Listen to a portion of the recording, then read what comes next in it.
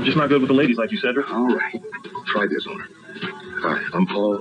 You have beautiful eyes. Hi, I'm Paul, and you have beautiful eyes. I'd love to take you out sometime. Love to take you out sometime. So how much? So how much? With a great taste that won't fill you up and never let you down. Make it a Bud Light. Okay, guys, here's a question for you. Boxers. Why do they bother with gloves? Why not have these athletes go at it without gloves? What's the big deal? What's the worst that can happen if they're going at it without gloves? Any ideas? Serious injuries. Okay, so what kind of injuries are we looking at? Like potentially broken bones. 100%. Yeah, I mean, broken bones. The amount of force required to break somebody's cheekbone or face is probably the same amount of the energy required to break somebody's hand, right? All right. I mean, if you hit someone so hard to cause an injury or broken bone in the face, it's probably the amount of force required to break your hand. Okay, so I mean, these are well-trained athletes, and you can just have them go at it. And if you have them go at it, number one, it's probably not going to be as interesting, and also it's not going to last as long. All right. If you're looking at the boxing videos, I'm surprised I don't have any from 60, 70 years ago when they didn't have gloves, or they had something. I don't remember exactly what they had. The style was boxing completely different. Because people didn't want to injure their hands. So they used to hold their hands like this and that because they were not able to go wild gyrating motions and uppercuts and that sort of stuff, because they knew that if you're going to try to break somebody's face, more than likely you're going to end up breaking your hand. So wearing a glove, what's the advantage of that? I mean, does it reduce the impulse, you think? No, the impulse would still be the same, but it would increase the time, so it would decrease the force. All right, give yourself 20 points for that one, because this is more of a trick question. Guys, the impulse is going to be the same. I got to tell you, with or without gloves, impulse is going to be the same. Someone hitting you in the face with gloves or without gloves, it's going to be the same. You got news for it. For example, I love Tyson. I'm a big fan. I used to spend a lot of money pay-per-view back. He was the king in late 1980s when I was a college student. That was a complete waste. All right, because that guy, you pay $20 just to watch him box, and then you just drink beer, and then now you have to go to the bathroom. By the time you would come back, it would be done with. It would be that fast. I'm gonna say he no longer boxes, obviously, and then it almost. I can create the impression that you can pick a fight with him. That guy can take my face from 0 to 100 miles per hour, with or without a glove, and result is gonna be the same, guys. All right, so velocity in my face is gonna go from 0 to 100 regardless. That's your impulse. That's your impulse. If he's wearing gloves, though, I got a story to tell. If he's not wearing gloves, who knows what's going to happen? All right. Either way, my face is going to be moving at 100 miles per hour. So the question is, what do the gloves do? It's not going to change the impulse. It's the same impulse. Impulse is change the momentum, right? So my face literally is going to go from 0 to 100 miles per hour. Except the only thing it does literally is increases the impact now, reduces the force. In turn, the damage is going to be lessened. Either way, my face is going to go at 100 miles per hour. He's going to knock the shit out of me, basically, regardless of it. But one of them is more than likely survivable, and without the gloves, who knows? All right, so this week's factor is explanation of electron acceleration. So the acceleration is how fast the velocity changes in time, how fast you speed up, how fast you slow down, how fast you change direction, right? All right, so acceleration is what kills, what breaks your bones, what maims you. Okay, you're not going to be able to change your initial velocity or your final velocity. All right. I mean, this guy's going to take my face from 0 to 100 miles per hour regardless. That's what's going to happen. This guy's that strong. I can influence the impact time. If I influence the impact time by making it larger, I may be able to survive the incident. It means that I can reduce the acceleration, because we know what survivable is not. No, you can survive between 7 to 12 Gs, up to a few minutes.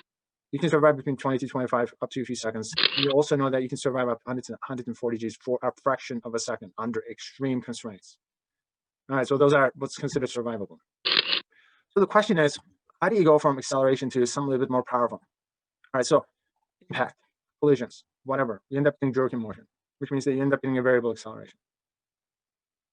All right, so if the acceleration is variable, what do we use? We use the average acceleration formula for it.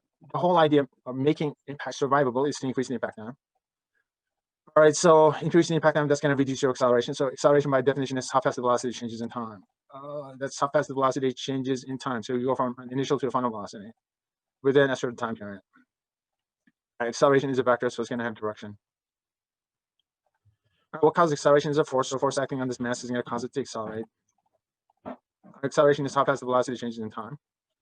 All right, so get rid of the duration or the time. by multiplying both sides by the time or the duration. And you come up with an expression that's going to have a combination on the left-hand side of the force and its duration. And so when there's a force acting on a mass for a certain time period, just like this delta t is, what it does, it causes the motion to change. So which means that the velocity changes. All right. So the velocity of this mass changes. The velocity of this mass, combination of mass and velocity, is known as momentum. All right. So the combination of force and its duration is known as impulse.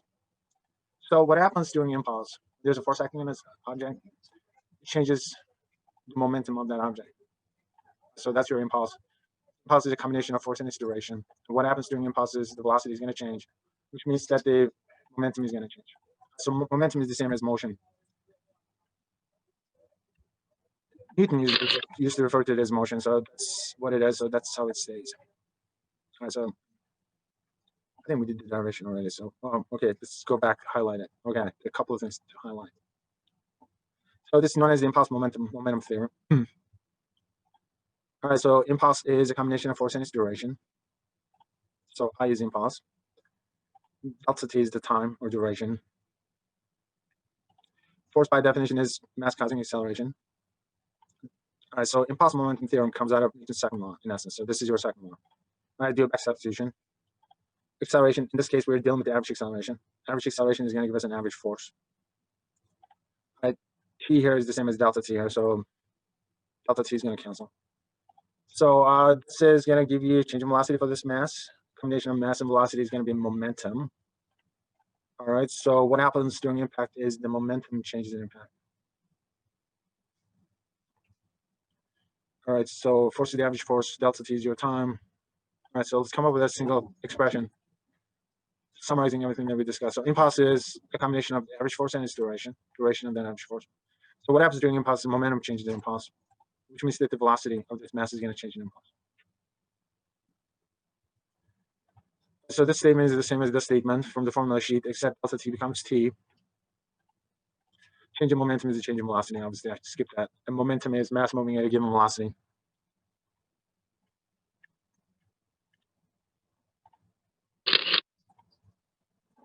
All right, so let's do a lecture review. So what's impulse? It's going to be a combination of force and its duration. So what happens in impulse is the momentum changes. So impulse changes momentum. It's momentum. It's the mass moving at a given velocity. All right, so velocity is the speed and its direction, right? All right, so if you're speeding up, that means that your velocity is changing. If you're slowing down, that means that your velocity is changing. If you're changing direction, that changes velocity, also changes momentum. All right, so why do we use the average force in impulse calculations? Guys, at the end of impulse means collisions, which means that there's impact, which means that there's variable acceleration, which means that there's jerk in motion. If there's jerk in motion, what do we do? We use the average acceleration formula. Right, so acceleration is caused by a force. So what gives you a variable acceleration is a variable force. So which means that you have to use the average force. All right, so what happens to the momentum during impulse? What happens? Momentum changes, which means that velocity is changing. Velocity changes during impulse. So what happens to force if the duration of impulse is short? If the duration of impulse is short, the force gets larger.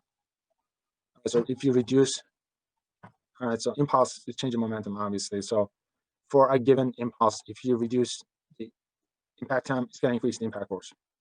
If you increase the impact time, that's going to reduce the impact force. Okay, so boxers wearing gloves, it's not going to change the impulse. In my example, my face is still going to go from 0 to 100 miles per hour, punched by Tyson, obviously.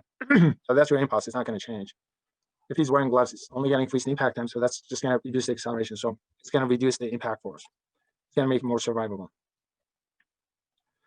So what's the unit for momentum? Mass is going to be expressed in terms of kilograms. Speed is going to be expressed in terms of meters per second. So impulse is going to be kilograms meters per second. Impulse is, you got the force. It's going to be in terms of newtons. Time is going to be in terms of seconds. So it's going to be newton seconds.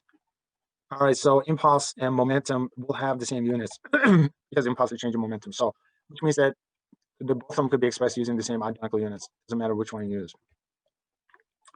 We'll have the same units. That's weird. I missed something.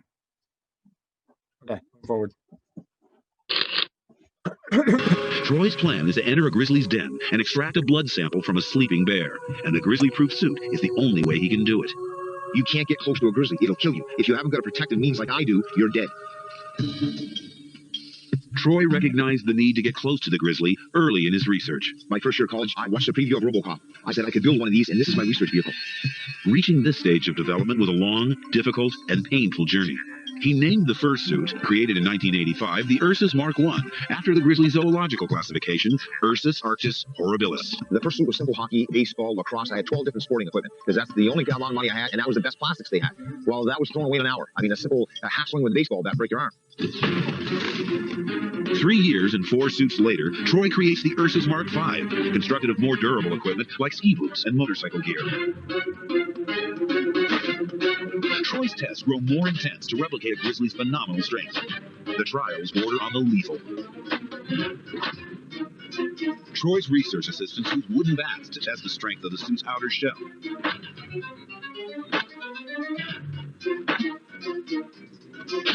Swings to the face test the durability of the headgear.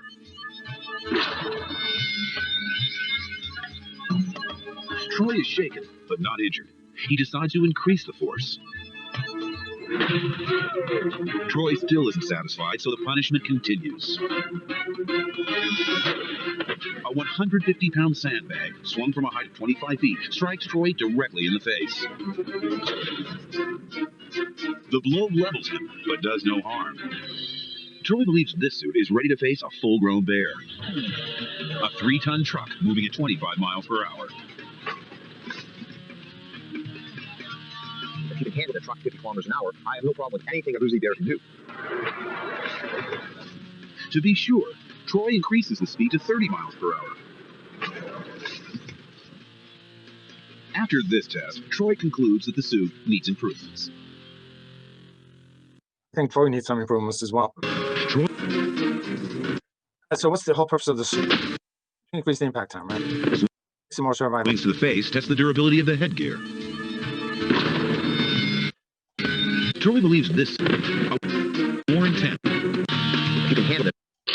Temporary kung fu practitioner. Right, let's do a mind twister. The existence of chi has never been under question. When properly focused, this is the energy that enables them to transcend the physical limitations of flesh and blood and perform feats that appear to I've seen people break a single brick before. challenge the I've never seen what he's about to do before, though. impossible.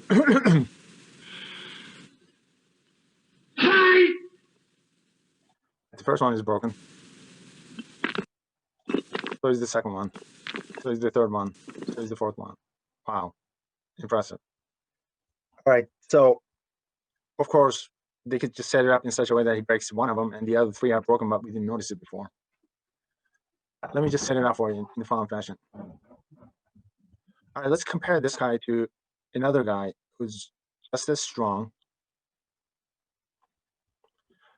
And another martial artist who happens to be just as strong. Except the other guy is only going to be able to break 1 brick at a time. All right, so this guy clearly ended up breaking 4 bricks with a single strike. And the other guy is going to be just as strong, except he can only break 1 brick at a time. All right. So the fact that this guy is able to break 4 bricks with a single strike, does that make him more powerful? All right, let me ask you, who do you think is more powerful?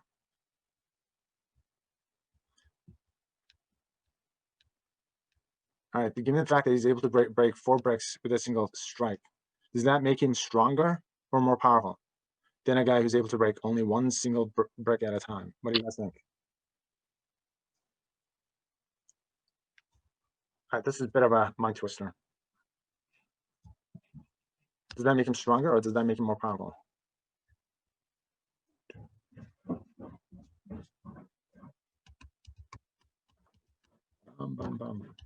All right, guys, what do you have? Okay, hold on. There are comments. I'm not able to see the comments. Okay, so for those of you guys who are saying more powerful, what do you mean? Okay, so those of you guys who said more powerful, okay, so they could be equally strong, right? In terms of, let's assume that we got 2 guys, both of them are martial artists. They're equally strong, which means that they could lift maximally the same amount of weight. So let's just pretend that they're going to be able to lift the same amount of weight. So which means that they're equally strong. All right. So the question is, the guy who's breaking 4 bricks with a single strike, how is it that he's actually more powerful?